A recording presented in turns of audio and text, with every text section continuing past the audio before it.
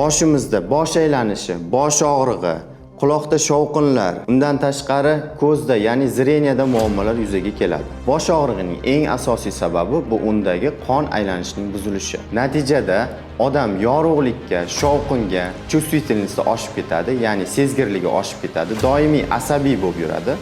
Bu uning hayot tarziga va sifatiga katta ta'sir qiladi. Assalomu alaykum. Men Toyirov Xurshid, oliy ma'lumotli shifokor, kineziologman. Bugun sizlar bilan bosh og'rig'i, uning sabablari va uni kamaytiruvchi eng samarali va klinik jihatdan tekshirilgan usullar haqida gaplashib o'tamiz. Bosh og'rig'ining eng asosiy sababi bu undagi qon aylanishining buzilishi, ya'ni boshga keluvchi qon tomirlari va boshdan chiquvchi qon tomirlarida muammo yuzaga keladi bunda. Ikkinchi sababi bu stress.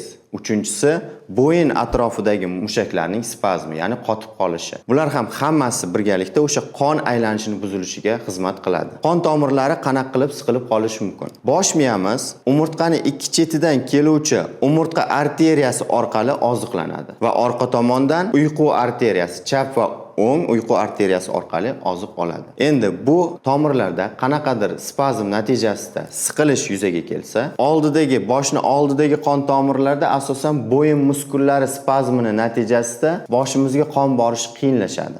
Orqada esa birinchi, ikkinchi bo'yin umurtqalarining buralib qolishi yo bo'lmasa ularning o'z holatini o'zgarishi qon tomirlarining siqilishiga olib keladi. Bu qanday sodir bo'ladi? Birinchi, ikkinchi bo'yin umurtqalarimiz asosan boshimiz harakatini ta'minlab beradi. Ya'ni qolgan umurtqalar joyida turadi. Faqat birinchi va ikkinchi bo'yin umurtqasi qimirlaydi. Biz noto'g'ri holatda qolganimizda, misol uchun kechasi noto'g'ri yotganimizda yo biron telefonga uzoq vaqt qarab turganimizda yo reski burilganimizda birinchi, ikkinchi bo'yin umurtqasi burilgan holatda qotib qolishi mumkin. Ya'ni orqaga qaytishga ulgurmaydi. Buning natijasida ikki yon tomonidagi qon tomiri, umurtqa arteriyasi siqilib qoladi va miyaga qon kelishi kamayadi. Bunda nima bo'ladi?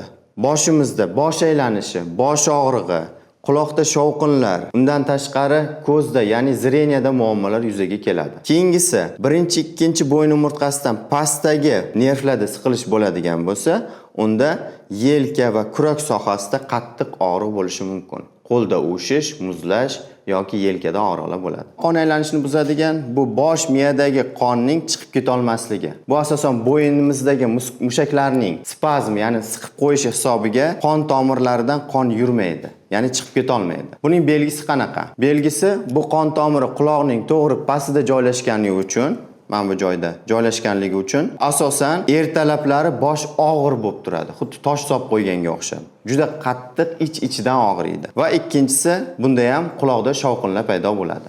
Boshimizda uchraydigan navbatdagi muammolardan biri bu migren hisoblanadi. Migrenda nima bo'ladi? Migren asosan genetik kasallik hisoblanadi. Bunda organizm B2 vitaminini va natriy elementini to'liq o'zlashtira olmaydi. Natijada tanamizdagi kimyoviy jarayonlar buziladi. Og'riq qanaqa kuzatiladi? Migrenda asosan doim bir tomon og'riydi, bir tomonlama. Lekin ikki tomonlama migren ham uchraydi. Bir tomonlama chakka sohasida, peshananing bir tomonida, quloq va jag qismida sanchib og'rishlar kuzatiladi. Natijada odam yorug'likka, shovqinga, chuvstvительности oshib ketadi, ya'ni sezgirligi oshib ketadi, doimiy asabiy bo'lib yuradi.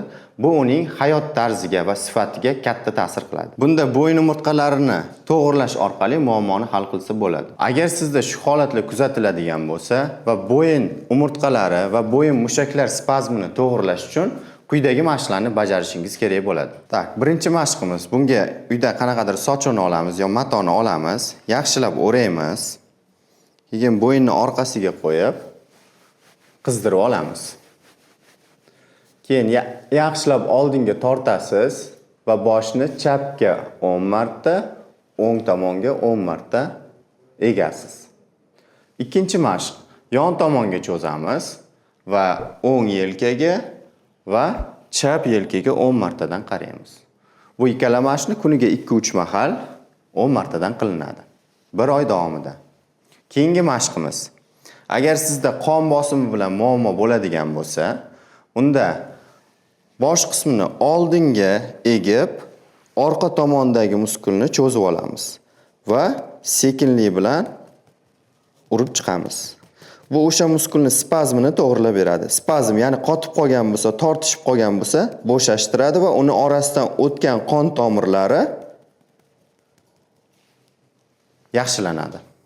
Keyingisi, boshni yon tomonga burib, mana tomir chiqadi mana bu joydan. Bu ham muskul.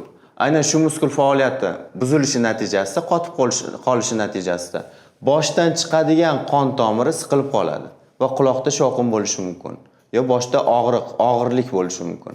Bu muskulni tepadan pastga massaj qilamiz. Massaj qilib chiqamiz. Va yuqoriga qismini uqalaymiz. Quloqning orqa tomonini. Va ikkinchi tomoni, qalinroq tomoni bo'ladi, orqaga ketgan mana, yelka tomonga tushgan. Bu qismni ham tepadan pastga qilib, uqalab chiqamiz. Bu qalin muskul bo'lgani uchun buni ham urib qo'yish mumkin. Ya'ni qotib qolganda bo'shashtirib beradi. Va bu joydan o'tgan qon tomirini qo'yib yuboradi. Ya'ni bosh og'rig'ida asosiy muammo boshga keluvchi va ketuvchi qon tomirlarini bo'shashtirish.